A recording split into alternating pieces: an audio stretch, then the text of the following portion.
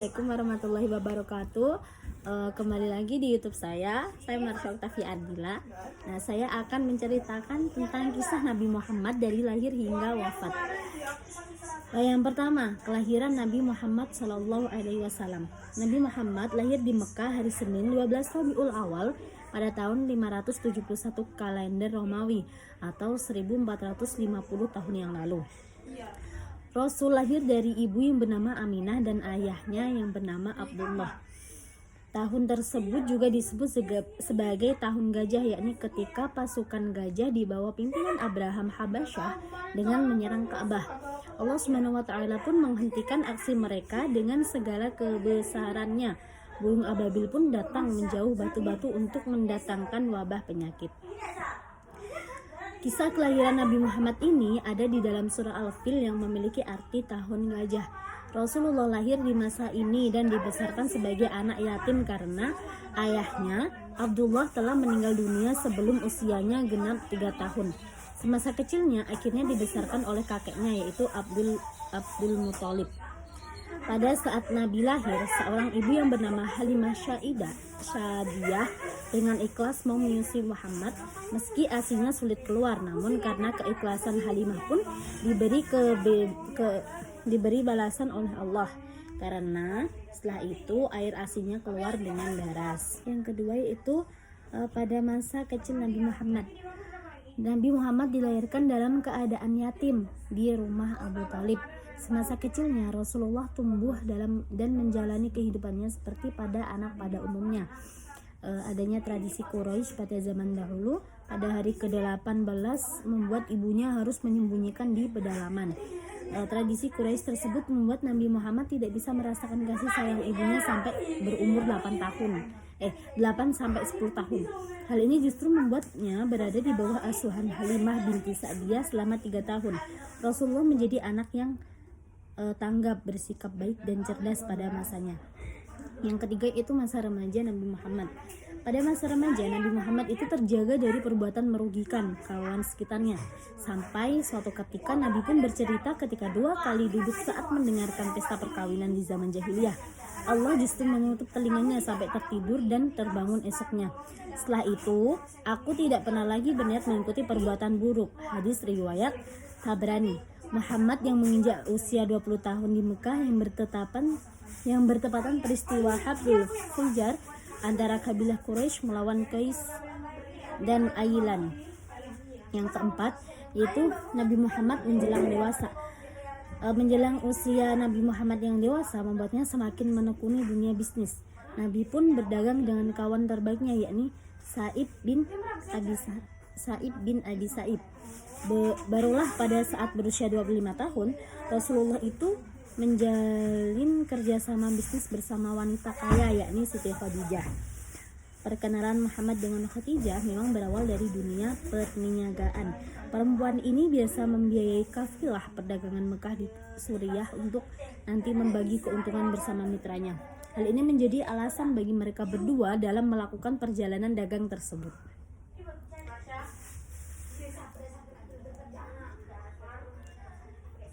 Buku sejarah hidup Nabi Muhammad. Nomor 5 itu pernikahan Nabi Muhammad dan Khadijah.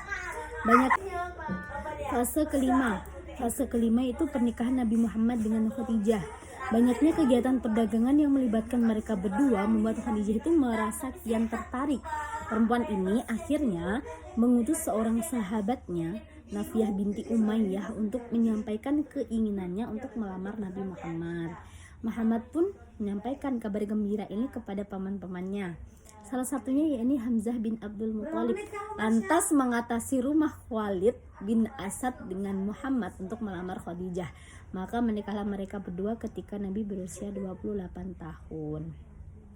Yang keenam itu Nabi Muhammad mendapatkan wahyu pertama. Sebelum menjadi Rasul, Nabi Muhammad sudah mendapatkan beberapa karunia istimewa dari Allah seperti wajahnya terlihat bersinar dan bersih. Hal ini nyatanya menjadi pertanda kebesaran Allah yang menandakan akan datangnya Nabi terakhir dengan kedudukan tertinggi sampai akhir zaman. Yang ketujuh yakni dakwah pertama Nabi Muhammad. Nabi Muhammad akhirnya memulai dakwahnya secara terang-terangan pada keluarga, paling dekat, yaitu kalangan Bani Hashim. Hanya Ali bin Abi Thalib yang mau menerima dan memutuskan untuk beriman kepada Allah, sementara Abu Thalib ikut melindungi Rasul saat berdakwah. Dakwah secara terang-terangan ini selalu mendapatkan pertentangan oleh kaum Quraisy.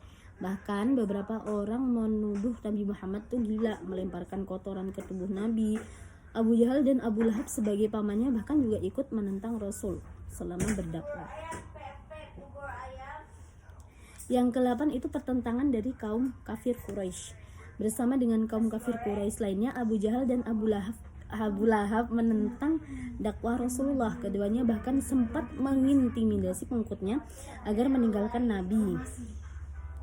Yang ke-9 tuh perintah berzakat di zaman Rasul.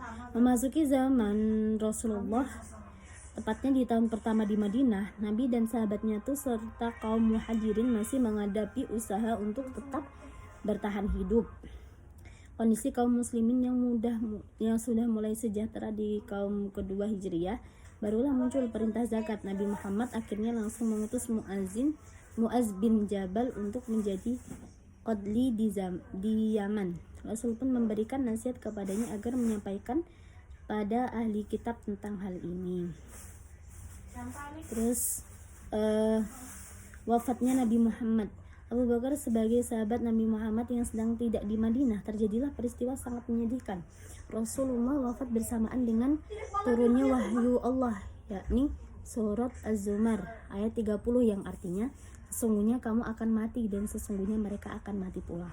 Nabi Muhammad mulai sakit di bulan Safar tahun 11 Hijriah. Beliau sakit kepala dan demam hingga akhirnya membuat suhu tubuh meninggi.